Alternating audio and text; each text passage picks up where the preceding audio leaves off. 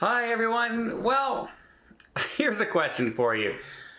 With bad weather like we just had over Christmas right across the United States and Canada, big huge snowstorm in Vancouver, Canada, and that's one of the stories I want to cover today, is just how long are you expected to sit on an airplane? Not the terminal, the airplane.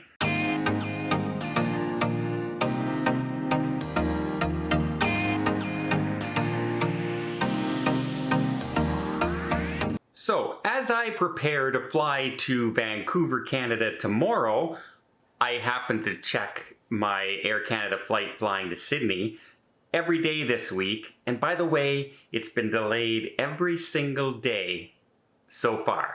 The exact same flight that flies daily back and forth from Vancouver to Sydney has been delayed every single day, but none worse than on the holiday, the Friday and Saturday going into Christmas. And we experienced that right across the board, right? Lots of places were snowed in, tons of flights canceled and things like that. But what's coming out of Vancouver, Canada is kind of interesting because there's a potential class action lawsuit against the airport and the airlines, not just the airport, like the airlines as well, because some people have reported staying on the airplane waiting to take off. Now, it's one thing to wait for a half hour, an hour, sometimes 2 hours for something going wrong where they have to check the plane instead of getting everybody on and off or something like that. But when it's a weather situation and they put you onto a plane,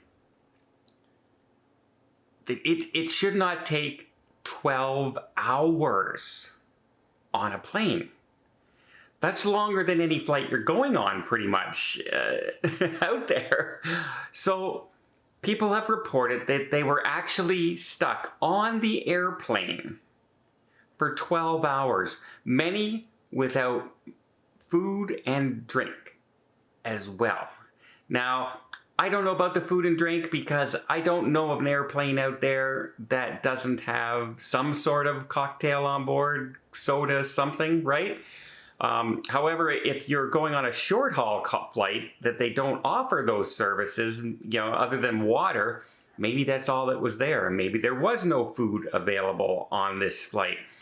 Imagine if you're about to take an hour and a half flight and they don't let you leave for 12 hours. You would be freaking out. First of all, freaking out, you're stuck in a seat. Imagine economy, you're in the middle seat between two strangers and you're stuck on the plane. And they keep saying, what could they possibly be saying? We're waiting for clearance. We're waiting for clearance.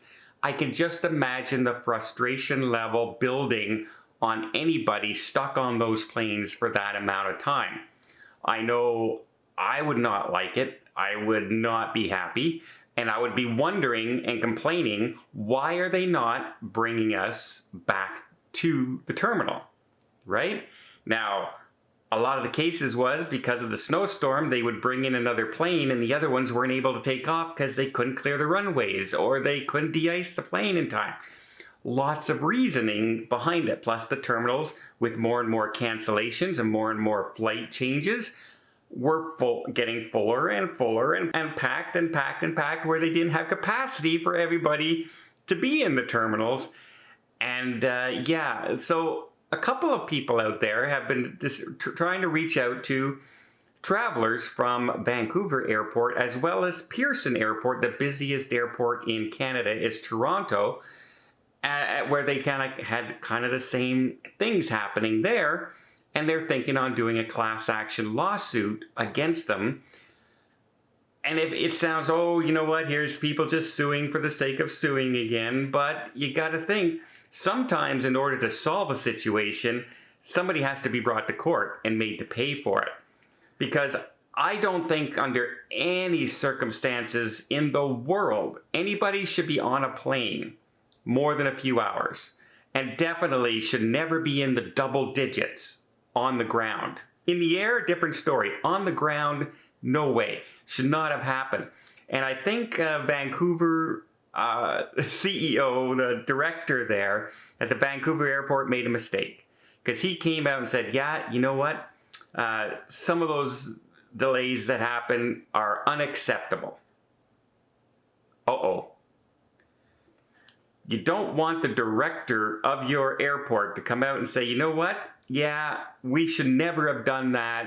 It should not have happened. It's really unacceptable that that happened. And then go into court and try and explain why you shouldn't be held liable in a lawsuit.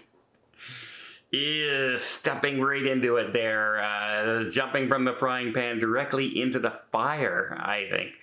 But I'm seeing my flight. I've been checking every day because I just watched a video on YouTube about somebody who was flying out of Vancouver and doing the exact same flight I was doing to Sydney just a couple weeks ago, and his flight was delayed for no apparent reason.